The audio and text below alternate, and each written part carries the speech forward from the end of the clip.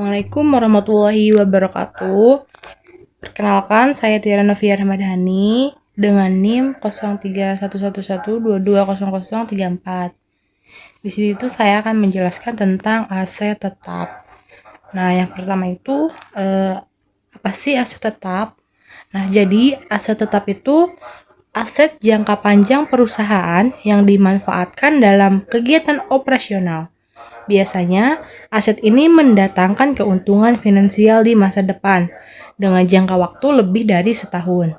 Sederhananya, aset tetap itu properti yang merupakan harta perusahaan untuk dijadikan sumber ekonomi dalam kegiatan operasional. Jenis aset ini bersifat jangka panjang dan tidak dapat langsung dicairkan menggunakan uang tunai dalam kurun waktu setahun.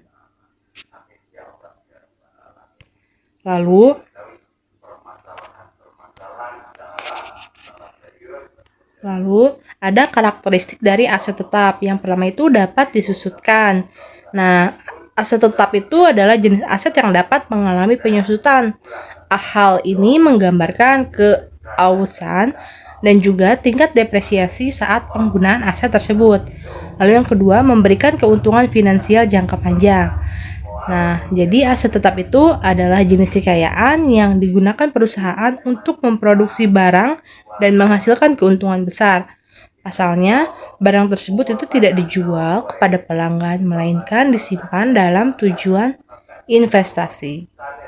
Lalu ada metode penyusutan aset tetap. Yang pertama itu ada penyusutan garis lurus.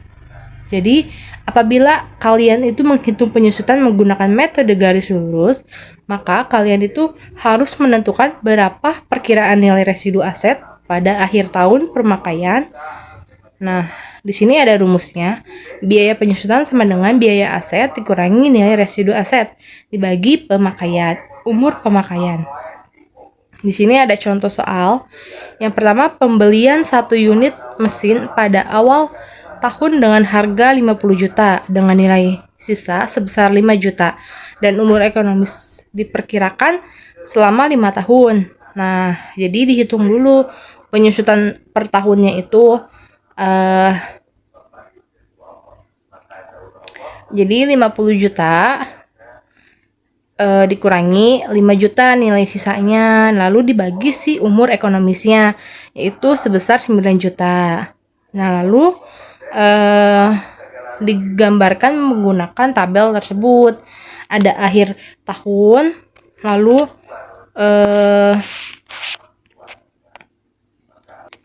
nah, yang pertama itu 50 juta nilai bukunya dapat dari yang awal.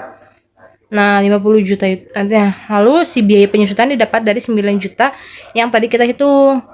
Lalu 9 juta dipindahkan ke akumulasi penyusutan. Nah, 41 juta itu didapat dari mana? Didapat dari 50 juta dikurangi 9 juta. Nah, lalu begitu selanjutnya.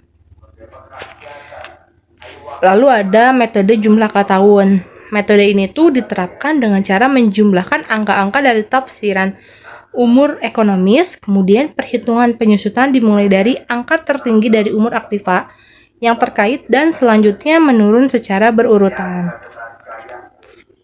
Nah, misalnya pembelian suatu aktiva pada awal tahun seharga 50 juta dengan nilai sisa 5 juta dan diperkirakan umur ekonomis diperkirakan 5 juta.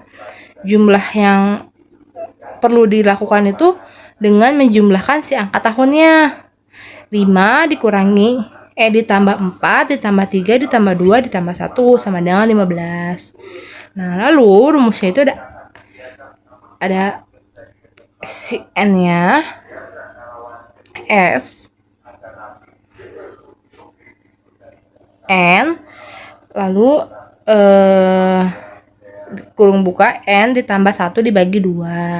Nah, nanti 15-nya itu sama dengan 5 kurung buka 5 tambah 1 dibagi 2. Nah, lalu dimasukkanlah ke kolom ini. Jadi 5 dibagi 15 dikali 45 juta yang tadi di atas. Lalu hasilnya 15 juta. Nah, 15 juta itu nanti dikurangi dengan si 50 juta, hasilnya 35 juta. Nah, selanjutnya ada metode saldo menurun. Saldo menurun ini perhitungan biaya penyusutan dengan cara mengalihkan persentase atau tarif tertentu dengan nilai buku suatu aktiva. Nilai buku pada setiap akhir tahun ini menurun sehingga menimbulkan penurunan beban penyusutan. Nah, ini rumusnya. Lalu ada contoh soal. Contoh soalnya ini, misalnya pembelian suatu aktiva pada awal tahun seharga 50 juta dengan nilai sisa 5 juta dan diperkirakan umur ekonomisnya adalah 5 juta. Seperti tadi, dibikin dulu kolom.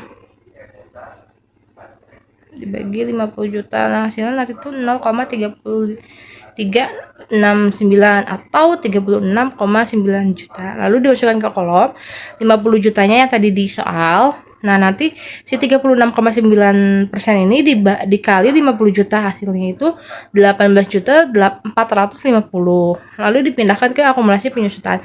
Nah, setelah itu dikurangi 50 juta yang atas nilai buku dikurangi 18 juta 450, hasilnya itu 31 juta 550 ribu. Nah, lalu yang selanjutnya ada metode saldo menurun ganda.